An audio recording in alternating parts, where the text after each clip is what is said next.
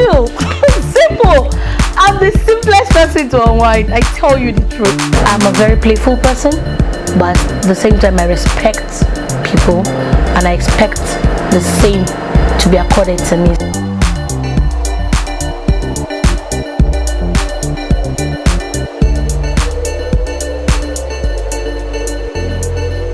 My name is Oluwafunbi Akinyosoye. I'm the Chief Executive Officer of Dunamis Events.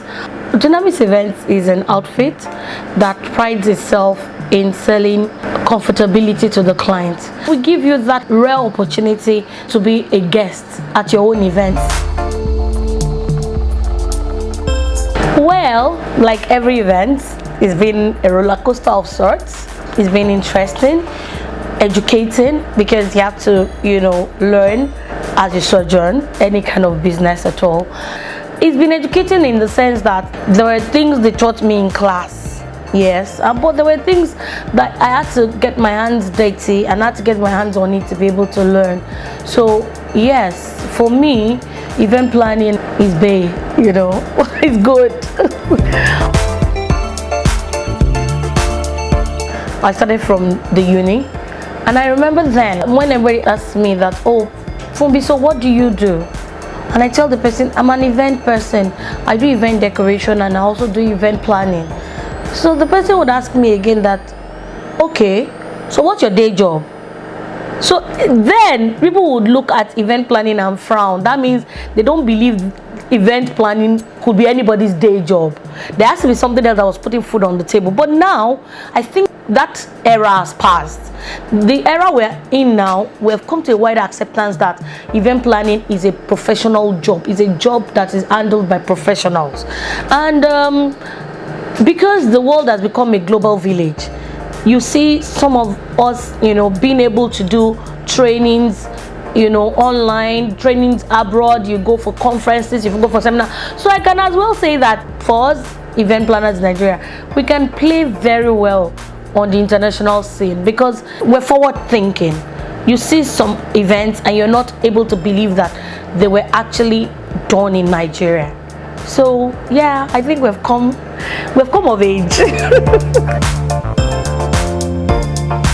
When I started, I wasn't going to have event management business. Like I always tell my students, what's your why and what's your how? My why then was I wanted to just make everything colorful and beautiful. I wanted to be like you, it's your special day. I want you to be able to have a lovely time, and I will be begging.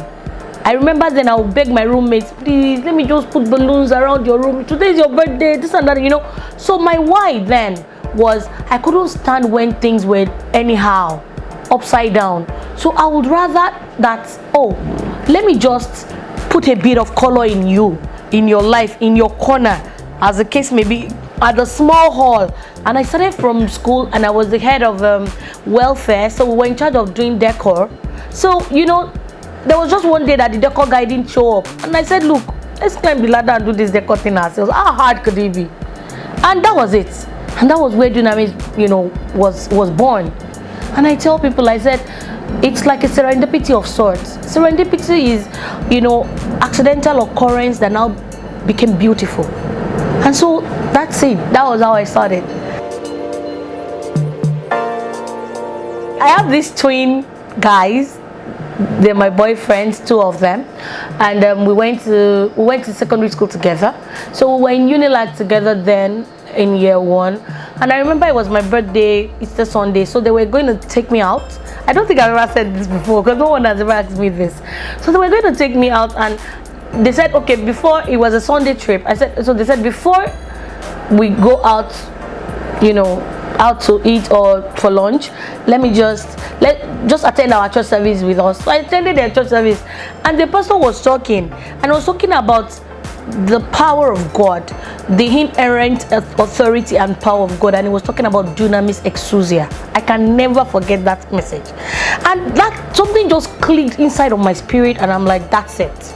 I didn't even know I was starting a business, but I just knew that name was kind of my name that I would say the Holy Spirit gave me. So I saw that, and so when it was time to start a company, automatically I knew the name I was going to bear, that it had to be Dunamis.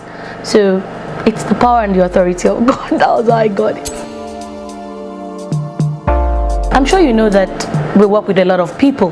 There's a saying that will say sometimes human beings are the hardest to actually lead or manage.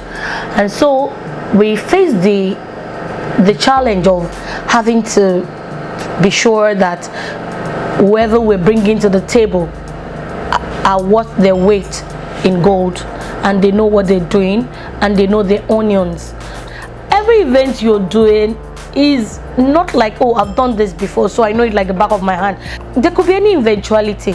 So those are part of the major challenges of event planning. Then having good vendors that would promise and deliver and over deliver on their promises, that's very, very, very essential, and it's a challenge.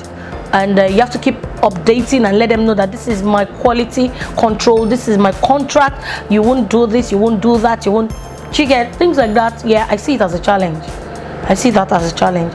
Then a good team of individuals that know your vision and know that, oh, I am an ambassador of this company and this is the way that is acceptable to behave. That's another thing. So those are some of the challenges. Most times I see it as human inspired or human related challenges. Apart from that, if you know what you're doing, then you're good. I would put it down to the fruit of the spirit, patience, because there is this thing that nobody has the totality of knowledge, so I can't know it all. That's one thing I put at the back of my mind. Even as creative people, you know, we're expressive people. As much as we're expressive, I would say you have to also put a rein of control on your emotions when you encounter a difficult client. Because as much as you are very much involved, it's been what they've been thinking about all their lives too. So they have a right to feel some way if they feel that you're not on the same page. So you need to use wisdom of God to look for a way to find common ground and look for a way to say, okay, moving forward. And don't find it hard to apologize at all. What do I do to make this better? How do I make this experience an unforgettable good one for you? And don't let sorry, I'm sorry, I apologize, don't let it be far away from you at all. It's very important. We are still on the journey, and you see, like I said to someone, that success is a journey, and success is, the rent is due every day. You cannot say you are, if you say you succeed, the success of yesterday becomes the enemy of the aspirations of today. If you keep revealing it, oh, we were the best this yesterday, oh, you would not aspire to become the best that for tomorrow. So we have not agreed on that note. We have not arrived. That one too happened to be an accident. Because I was going to study pharmacy, and I remember I left Lagos State University PDS. I was doing pre-degree science. Then I did JAMB, and my choice was Unilag. So I was like, oh, I'm going to study pharmacy in Unilag, blah, blah, blah. You know the way parents always want you to study one thing that they love. So I was like, okay, it's pharmacy. So fast forward, I can't even remember what my JAMB score was. I was not sharp up to the cutoff points. So marine biology and fisheries then was new in University of Lagos, and it had to be marine biology for me. Then it just had to be that, because that was a professional discipline that was available in University of Lagos Faculty of Science then, and that was why I entered in, and it became the love of my life. I loved it, but I didn't do marine science. I now specialized in fisheries, which to me was more, I could see the fishes, I could see the microorganisms. I believe that people don't care how much you know until they know how much you care. So you want to extend the hand of friendship to people, so they will know that, look. And also because I started from a very, very humble beginning. So when I see other people at some place which doesn't look like their future, I want to be that voice that will tell them that where you are does not mean this is where you're going to stay. I've seen it, I've passed through it. I have witnessed the mercies of God. I think the only way I can extend that to anybody is to show them that yes, I think you're better suited where you think you are going than where you are now, and where you are now does not determine where you're going. So for me, it comes natural to just do whatever my power finds to do. Netflix and chill. Simple. I'm the simplest person to unwind. I tell you the truth. I'm serious. That's it. People don't believe because I'm an event person and they see me dancing all over and I'm always up and down. Most times when I'm tired, the only thing I can do is dance. So I dance. After I dance, I get home, I rest, and I Netflix, Iroko TV, Ebony Live TV, everything is on my phone and it can be on the laptop. I love my room. That's what I do to unwind, nothing else. I don't have one. I can't because I think it will be a disservice to other colors. Yes, I feel colors talk. So I don't have a particular color. As in, if I love this color one time, it's my mood, probably. The next time, another mood. So I love all colors.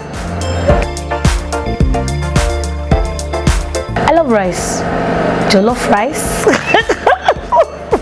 Who doesn't like jollof rice? Nigerian jollof. I'm trying to go off those ones, so I will not mention anybody's names because I don't give them free advance. I love Nigerian words. I don't believe something has to be in vogue for me to wear it. Sometimes the older the better. I'm not a vogue, this thing is in vogue kind of thing. I believe if you're comfortable in whatever you wear and you look well put together, I think that's it. And it doesn't have to cost an arm and a leg for it to fit you. Do unto others as you want them to do unto you. Whatever you want to do to somebody, be sure that you can take the same thing. And have the fear of God. I think if you have the fear of God, that particular quote works. Because anyone that does bad to anybody knows that there is bad waiting for him or her somewhere. You know, karma is always everywhere. I don't like disrespectful people. I'm a very playful person, but at the same time I respect people and I expect the same to be accorded to me. So you should respect the process, respect leadership, respect anything you see on ground that you met there. You should have respect for the system. And then the second thing, I don't compromise on my faith. I love Christ. I call myself a Jesus chick. And I call myself a sheltered woman.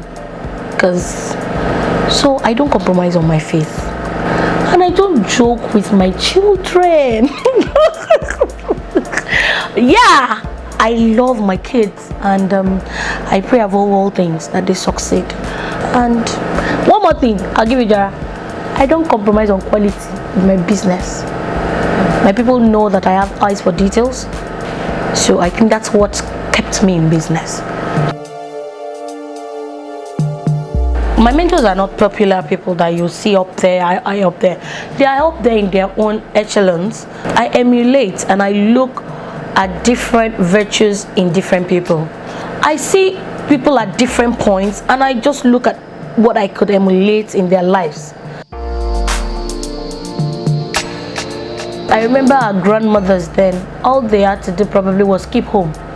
But you see the new Nigerian African woman now. Something just happened recently that Greece just got a female president. To me, that's a wahoo. We've still not completely lost our culture of also being the woman and the head of the house that the children needs to defer to. We've come a long way. We have done well. I would say kudos to the African woman. What should they expect? I think it's excellence. We keep inspiring ourselves and aspiring to go better and to serve the people we serve better and give them value for their money and even much more value more than what they've paid us. Because for us, it is not even about the money, it's about the value we give. And we intend to do much more of that and to please them, go extra miles. I believe we're going to do better this year. Watch out for us. I will take this short story of Moses in the Bible. He says that, I can't even talk. How am I going to go and do all of that? Then the Spirit of God told him that, what's that you have in your hand? So start up, dear entrepreneur. I will tell you, what's that you have in your hand? You stutter. That stuttering is part of the reason why you will do a business and some people will give you the job. You're not light skinned. You're big like me. Whatever you are that you think is a bot might just be the reason why people will love you and warm up to you.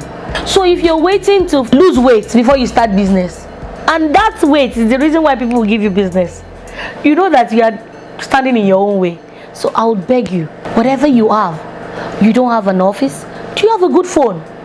I will tell you that if you have a good phone, the answer is, well, you already have an office.